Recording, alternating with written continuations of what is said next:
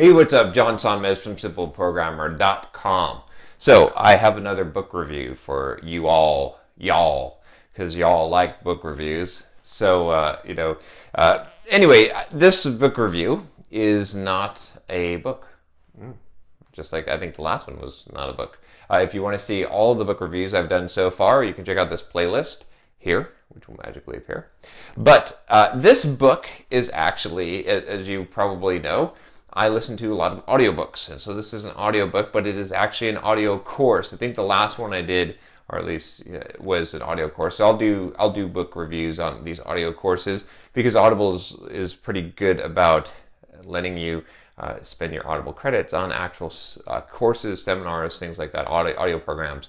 So anyway, you can check out this book here, if you can see it on the screen, maybe. We'll see. It is Emerson, Thoreau, and the Transcendentalist Movement. And that is a great course from the Great Courses series. And Audible had a special on the Great Courses.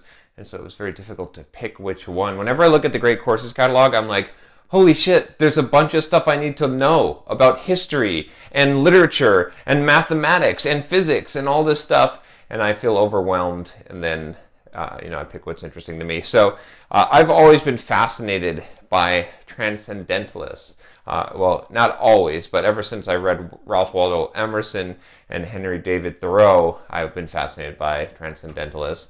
And so I thought, okay, this is pretty interesting. I've tried to read Ralph Waldo Emerson, and with some limited success. So those of you that have tried to read his writings and have found it difficult to read, you're not alone. And those of you that are like, John, I don't know what the hell you're talking about. Well, you're a lot smarter than me because I found it difficult. But I did grasp, some of it, and I liked what I grasped. But I didn't quite. It's very hard to piece that together. So I thought, okay, cool. Let's have a course on this, right? So this course was actually pretty interesting. It did not just cover Emerson. It covered Henry David Thoreau. It covered. Let's see, who else was on there. Let's see if I can find the. It covered a lot of transcendentalists, in the movement. I mean, those were the two main ones. But you had who wrote Little Women.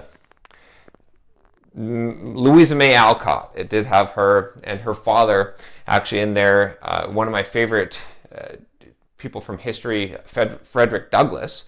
And it was pretty interesting, actually. So it's really interesting to hear the history of transcendentalism in the U.S. and just how much it shaped. I didn't realize how much it shaped sort of the American character, or what it means to be an American. Like this idea, a lot of like what uniquely sort of set the United States apart was sort of born in this transcendentalist idea, right? So just to give you some background, basically the Unitarians, right? This is where kind of the transcendentalist idea came from. They sort of broke away from the Unitarian Church, or it became sort of, the Unitarians were slightly liberal in terms of doctrine, right? And their church, and so it sort of, all of this kind of movement sort of came out of there. And Ralph Waldo Emerson was probably sort of the one of the first ones, or at least one of the first recognized ones. And he sort of organized these meetings and these groups. And it was really interesting because the thought behind the transcendentalism was like, it was sort of a rebelling against this very structured way, right? In the church at that time, it was sort of, this is what the church believes, and this is doctrine, and this is how it is, and you don't get to decide, right? You don't get to choose, you don't get to interpret anything yourself. This is just how it is. And the transcendentalists, thought came along and said, no, wait a minute, hold on.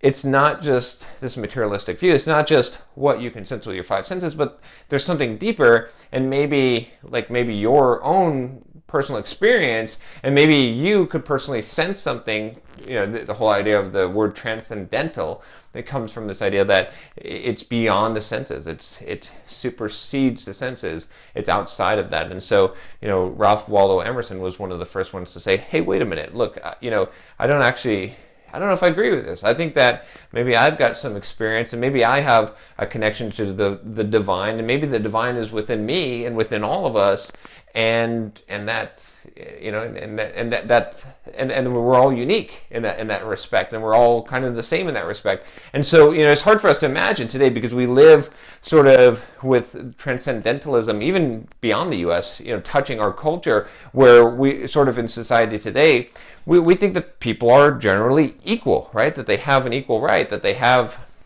you know, they should be equally educated, that they're, and this is sort of a transcendentalist idea. Is, you know, it's not, you know, unique only to transcendentalists, but they sort of spread this idea more, where instead of a class system, instead of having, you know, aristocracies where you know, certain people were of higher privilege and more valuable than others. You know, if a spark of the divine, if God is within all of us, if all of us are in some way, you know, having a part of God within us, then we're all sort of equal, right? We all sort of have this. So a lot of actually interesting things came out of this, including women's movement. You know, ended up, you know, in the early days, that a lot of transcendentalists were basically the supporters and the ones who led that movement. Emily Dickinson was a famous transcendentalist, poet, obviously involved in a lot of women's rights.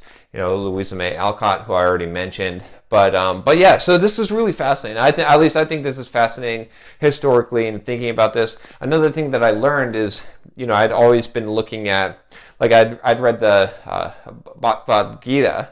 I can never pronounce that right. But anyway, when I read that, and I read a lot of what Emerson said, I was like, oh, that's really interesting, because some of Emerson's concepts are similar to Eastern philosophy. You know, the idea of God being in us, and we're all being God. You know, he did a essay on nature, right? Nature with a capital N. And that was really interesting concepts. And then, but after listening to this course, I found that Ralph Waldo Emerson actually had some of the texts. He was one of the first in the United States to really study the Eastern text. So he actually had a copy of the Bhagavad Gita, again, pronunciation, but anyway, he had a copy of that, and he had read that, and he had read a lot of kind of Eastern philosophy. So it's really interesting. So there's actually a deeper connection than what I thought. I thought that it was spontaneous, but it wasn't. It was influenced by that. So anyway, I highly recommend the course.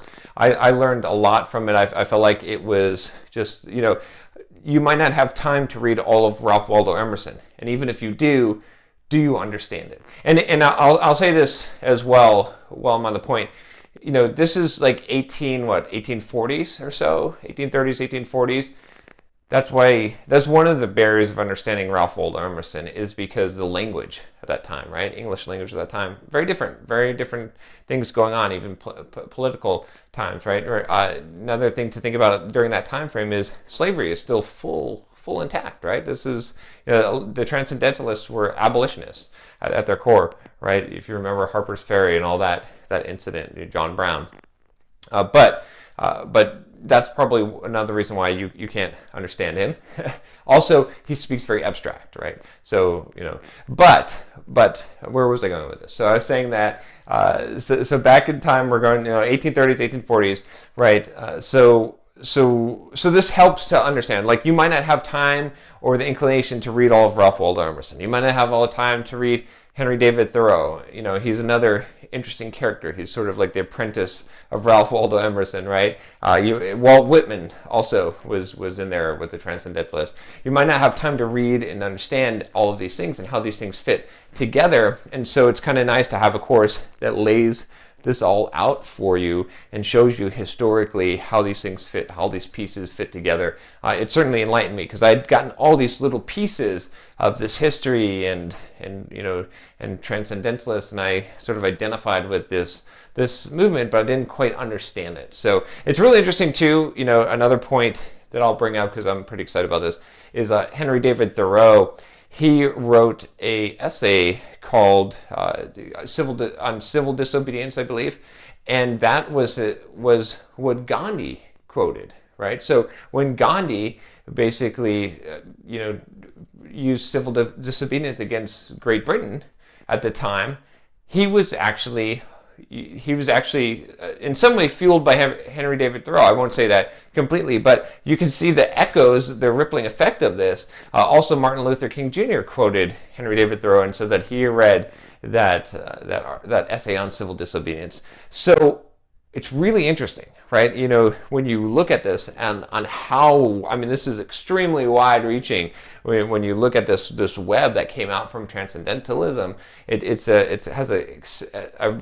a deep heritage in the whole kind of modern system of thinking that we have now, especially in the United States, and sort of, you know, this explosion of the famous poets and in the United States, including even, you know, characters like Nathaniel Hawthorne, although he was sort of anti-transcendentalist, but he was influenced by that. Our modern education system was influenced by that. Kindergarten came from that. The idea of not just beating kids into submission, but having them actively participate in the classroom came from that.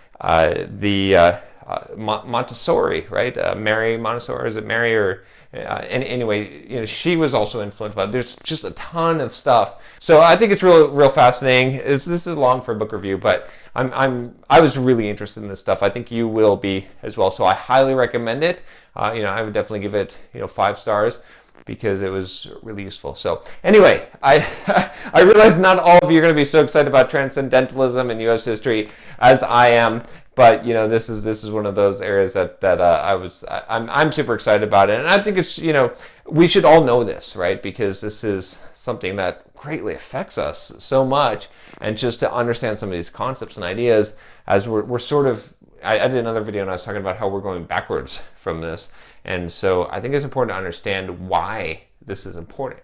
Not that you have to just agree with it. I mean, Transcendentalism wasn't even something that you could, quote, agree with. It was basically saying, you know, that it's sort of up to you to interpret what the world means. Not someone can't just tell you. But it's important that we realize that and how important that viewpoint is, rather than, you know, just believing what we're told, which is kind of where I feel like we're going today. So anyway, if you like this video, subscribe to the channel, and I will definitely be doing more book reviews, and I will talk to you next time.